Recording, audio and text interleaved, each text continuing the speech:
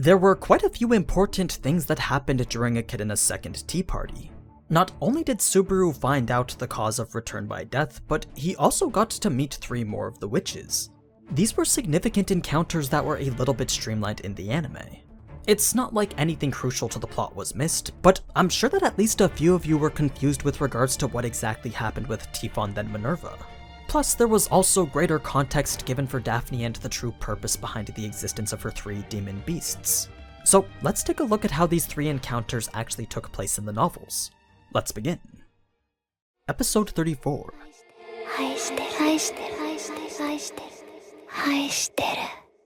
Covering the last 2 chapters of Volume 11 of the light novel, Subaru spent hours telling Echidna his lengthy story, a tale of life and death that he'd kept to himself his entire journey. During that time, Echidna made sure to give him all the attention that he needed. Never once did she interrupt, and never once did she make an effort to hurry him along. She simply gave him everything he needed so that he could comfortably share what it was he wanted to share. After he was done, they then started to talk about the Witch of Envy. Because Subaru's lingering suspicions had now been confirmed, he began to piece together why it was his encounters with Satella were becoming more vivid every time. He suspected that each iteration of Return by Death brought him closer to her, leading him down a path where he would eventually be unable to escape her grasp. It was a point in time that Subaru hoped would never come. Now, Subaru found it odd when Echidna said that she didn't want to understand Satella's actions. She made it clear that her disdain towards the one who killed her was greater than her desire for knowledge. So this was one of the few moments where Echidna actually displayed her own personal feelings, something that Subaru found helped him to feel a sense of familiarity towards her. Slowly but surely he was becoming more and more comfortable with the witch in front of him. In any case, Echidna tends to become a bit depressed whenever the Witch of Envy becomes the topic of conversation, so she usually does her best to avoid that from happening, resulting in the quick change of topic to what was instead an open floor for Subaru to ask his questions. But before the ones that we see in the anime, Echidna first suggested that he ask if there was a way to remove his authority of Return by Death. A very interesting question for sure, but one that Subaru felt wasn't necessary. You see, he understood the importance of being able to return by death. Even though it had caused him so much agony, he knew that he wouldn't be where he was without it. Not to mention that a lot more people would certainly be dead as well. So Subaru was able to acknowledge that return by death was his only weapon, which is why he instead decided to ask if there was a limit to the number of times that he could use it. It was also because Subaru was in search of an answer that he'd been longing for a while. You see, even after using Return by Death over 10 times, Subaru still always felt that perhaps this time or the next might just be his last. It was a natural fear that came from a lack of understanding of his own authority. So, after Echidna explained how his soul can go back in time as many times as needed, Subaru then asked the question of why. He wanted to know why it was he was given this power, to know what the meaning of it all really was. But something about the way that Subaru asked these questions triggered Echidna's curiosity. There was a certain tremble in his voice that made him seem as if he was afraid of finding out the answer, as if he was afraid of learning more about his own authority. Echidna couldn't understand why Subaru was afraid of the only thing that he could call his own. But what it was that she failed to see was that that was actually the very reason why he was afraid. He understood that Return by Death technically wasn't his own personal ability. I mean, it's not like he can use it to control his own fate or change every little thing that he wants to. It's more like someone else was determining his own fate for him, and Subaru knew that that could lead to situations that can't be undone. So that's what Subaru was afraid of confirming. Now, the next question he asked was with regards to what was happening on the outside. Subaru wanted to make sure that he didn't just leave Amelia alone for an extended period of time.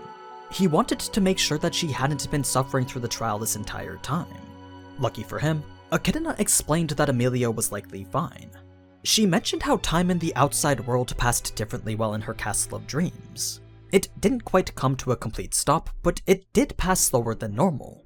Slow enough that the substantial time spent here wouldn't have a significant impact on the outside world. This gave Subaru a slight sense of relief since he could now solely focus on what questions he wanted to ask next. Bringing us to the topic of the Great Rabbit Horde. Although Echidna's explanation was very thorough, there's a couple additional things to note about their behavior. The rabbits are creatures that are completely devoted to devouring every bit of life that it comes across. If no prey can be found, then the rabbits would resort to eating themselves so that they can continue to satiate their hunger, infinitely multiplying in the process. This makes it a creature that doesn't need to rely on anything else but itself to survive, exactly how Daphne intended it to be. When Echidna went on to suggest talking to Daphne, she also explained exactly how it was that the other witches' souls existed alongside hers. It's a story that goes back 400 years. Something that many of you may not know is that Echidna's soul was sealed away by the divine dragon Volcanica, the very same dragon that the Dragon Kingdom of Lagunica refers to. But before this dragon destroyed her body and sealed her soul away for all eternity, Echidna first gathered the souls of all the other witches into her own flesh, allowing them to exist alongside her in her castle of dreams. They're basically an amalgamation of souls that now reside within Echidna. But the reason she was so hesitant to give any of them time in the spotlight was because not all of them may act as passively as she does. It was very likely that if Subaru treated any of them the wrong way, then they could very easily lash out in a dangerous manner. She was pretty much implying that all the other witches were very temperamental. That's not to say that they didn't get along well with each other though. Quite the opposite actually. Since they saw each other as equals, the witches had no problem being friendly towards each other. But Subaru on the other hand was just a mere human, a position that the other witches likely saw as inferior. It's because of this that Echidna wasn't sure how they'd react to Subaru's behavior, especially if he acted in the same nonchalant manner that he always did. But as we saw, that was a risk that he was more than willing to take. So first came Typhon. When Echidna portrayed having a discussion with the other witches as some difficult battle, Subaru didn't think that she meant that in the sense of having to deal with little kids. But that was exactly what he was thinking when he saw the little girl sitting in front of him. So to make sure that this child understood the circumstances of the situation, Subaru first asked if she knew what was going on. Typhon said that she was able to hear everything from inside Echidna, which also meant that it was likely that all the other witches could as well. That being the case, Typhon more or less understood what it was that Subaru wanted to know. But before he could ask about the rabbit, Typhon first wanted to get some answers of her own, leading us into the whole situation with Subaru's arm being torn off. One thing to note was that Subaru didn't actually feel any pain at all. In fact, nothing felt different to him in any way whatsoever. Even though he saw all the blood, bone, and arteries that constituted the inner layer of his severed arm, there was no sensation that could be felt alongside it. It was that abnormality that led Subaru to scream out in shock.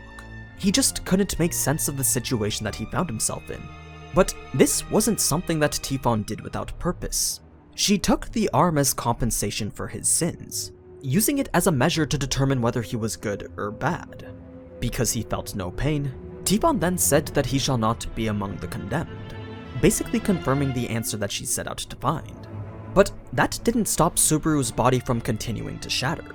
This was a direct effect of Subaru viewing himself as a sinner. He personally felt that he had a guilty conscience even though there was nothing he was guilty of. And that meant that his spiritual body would continue to shatter until there was nothing left but dust. Even though he felt no pain, having his body disintegrate into nothing would likely make him think that he had died for real, thus leaving an irreversible imprint on his soul. Lucky for him, Minerva came out just in time to prevent that from happening. As Subaru lay helplessly while his soul continued to receive wounds that rivaled death, Minerva began to strike the dissolving remains of Subaru's body. The whole experience for him was extremely surreal.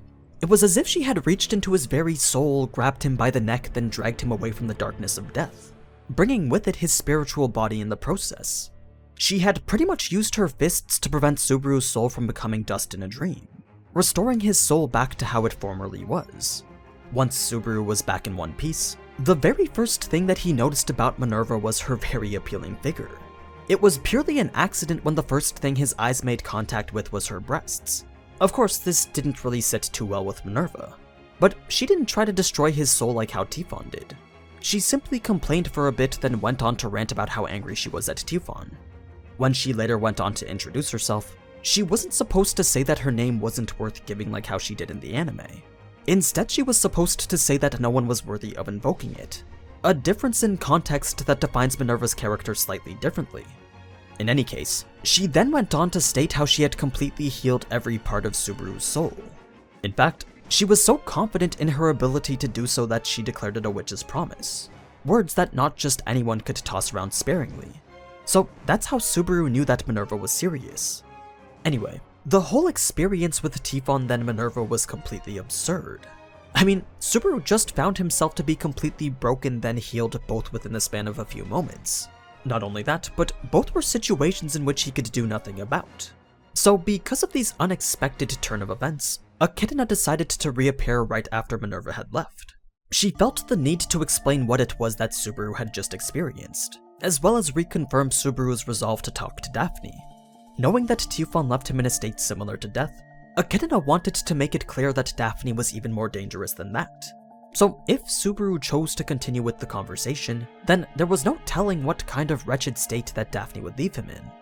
Now, with regards to Minerva, she was identified to be the witch that Subaru would be the safest with. So if Minerva was considered safe and Typhon was considered very dangerous, then on this makeshift scale of risk, you'd only find Camilla and Daphne to be more dangerous than Typhon. That's what Echidna wanted Subaru to understand. But despite her grave warning, Subaru's resolve remained unhinged, bringing us now to the conversation with Daphne, which was surprisingly where most of the cut content for this episode comes from. The first bit was with regards to her coffin, a seemingly sentient and mobile Iron Maiden-styled coffin. This was the very first thing that caught Subaru's attention, so he immediately asked what it was that he was looking at. As it turns out, this was a little something of Daphne's own creation, something she likes to refer to as the centipede coffin. It's an actual living creature that shares a mutually beneficial relationship with her. You see, because her movements are restricted by the restraints, Daphne created the coffin so that it could serve as her method of transportation. In exchange, the coffin gets to live off of Daphne's waste products, consuming things like her pee and sweat in order to survive. It truly was quite the abnormal creature, but what Subaru found to be the most absurd was that Daphne had created it herself. It wasn't the fact that this coffin was alive or that it ate other people's waste that shocked Subaru. No, it was the fact that Daphne could create life itself. She possessed a power that rivaled that of a veritable god, yet here she was not thinking much of the act at all. To her, it was nothing more than just second nature. That's why she didn't think much about the 3 demon beasts she created either. They were just some of her own personal creations that just so happened to leave her side all on their own. Now, Subaru tried his best to understand the logic behind Daphne's whole perspective on fairness in the food chain, but no matter how much he tried, he simply couldn't. The thing is, her premise was actually very simple. The strong eat the weak. But that was a form of logic that humans simply couldn't abide by. Subaru believed that this was a way of thinking that should be reserved for the animals, not for humans. It was while thinking this that Subaru finally came to understand what Echidna meant when she said that Daphne was dangerous. She wasn't a person that could be reasoned with. In fact, it was very hard to even consider her a person at all. The difference in values between a normal person and her were just far too great. If anything, Daphne was a true witch through and through. Her extreme unwavering values had been more than enough to confirm that for Subaru. But why was it that she had these extreme values in the first place? Well, the reason for that is actually quite intriguing. As Daphne herself explains, the sin of gluttony is the only sin connected to life itself. Out of all the others, even if you're deprived of peace or love or your own personal desires, that's something that you still won't die from. But if you're deprived of the ability to eat, then you no longer possess one of the core elements that's required to sustain life. Yes, gluttony does mean craving food beyond what is necessary, but Daphne seems to interpret it in a different way. She personally believes that it's to crave the food that's necessary to live. So if you reconsider her values from that perspective, then everything she's been saying starts to make a little bit more sense. She doesn't care for typical human values. All she cares about is solving her own hunger and the hunger that persists throughout the world. So it makes sense that someone who thinks like that also believes that all things should have an equal chance to satiate their hunger. I mean, that's exactly what she represents. It's for that reason that Subaru couldn't quite refute any of her words. As for why it was she made the beasts, well, that was one of the solutions to her persistent hunger. It was her literal desire to eat that birthed these rabbits into existence. That's why they too also feel the same empty stomach that she does. Their purpose was to be a sort of emergency ration so that Daphne would have food whenever no other prey could be found. She basically created her own self-sufficient, never-ending source of food, a feat that was quite fitting for the Witch of Gluttony. Aside from those extra bits of information, the rest of the encounter with Daphne was pretty much the same, leading us into the final scenes with Echidna. It was here that the events with Tifon were brought back into the conversation. Echidna was using it as a preface to talk about how Subaru lacked quite a bit of self-awareness, specifically with regards to how even after Tifon had shattered his body into bits and pieces, he would likely still be capable of having a calm and collected conversation with her. He saw no problem with being able to sit down and chat with her as if she hadn't just attempted to shatter the very integrity of his soul. Yeah, that wasn't normal. Regardless of whether they'd been fully healed or not, no normal person would be able to do that. Without a doubt, they would bear a grudge towards the witch that had made an attempt on their soul. Subaru, on the other hand, simply accepted it as an action from his past, then moved on. He didn't even bother to give the events a second thought up until now. This was the foundation behind what Subaru wasn't aware of. He wasn't aware of his abnormal mental state that allowed him to simply disregard the fact that someone tried to kill him. It was yet another aspect of Subaru's mind that Echidna wanted to understand, which is why she brought the issue into the conversation. As it continued onto the topic of Amelia's trial, Echidna stated how she no longer saw the need to monitor it. To clarify what she meant, she was basically saying that she already knew what the outcome was. She had looked into Subaru's memories and seen that it was impossible for her to beat the trial within the next 3 days. And even if she was given more than 3 days to try again, the Great Rabbit would just end up killing everyone after the 3rd day anyway. So Echidna saw no point in witnessing an event to which she already knew the outcome. This meant that the only option was for Subaru to do the trial in her place, something that Subaru had already committed to doing in the last loop. It was actually the first step in the overall plan that Subaru had pieced together. He decided he was going to break through the trial, liberate Sanctuary, then go to the mansion and use Beatrice's power to fight off the attackers. The only problem with this plan was a certain giant tiger. Subaru knew that his interactions with Garfield were only going to get worse and worse. I mean, the more times he dies, the greater the miasma around his body, and that would only make Garfield act more and more hostile around him. So Garfield was very clearly the biggest obstacle that Subaru currently had to overcome. Now, at the end of the tea party, Echidna took what was pretty much Petra's feelings as compensation. This was intentionally left pretty vague in order to leave us unsure as to what Echidna was doing. She may have only said that it was to confirm the existence of those feelings, but the second part about being able to interfere with them was what really should grab our attention. But yeah, that was pretty much the end of the second tea party. And the next parts with Subaru leaving the tomb was pretty much the same. One thing that I will say though is that the post-credit scene did pretty well to capture the uncanny nature of Roswell's death. Although it didn't seem like it, it's safe to assume that those shadows actually hurt. I mean, they're supposed to erode whatever it is they come into contact with. It's just that Roswell didn't care that his body was being eroded by it. So after the shadows had fully consumed him, all that was left was the book that he was holding. Everything else sank into darkness and vanished, bringing us to the end of the episode. So I hope that with this video you were able to better understand what exactly happened with each of the witches. I figured that it might be important for events that come a little bit later. But anyway, that's pretty much it for episode 9. So don't forget to leave a like or comment if you enjoyed the video. And I'll see you next week for when I cover episode 10.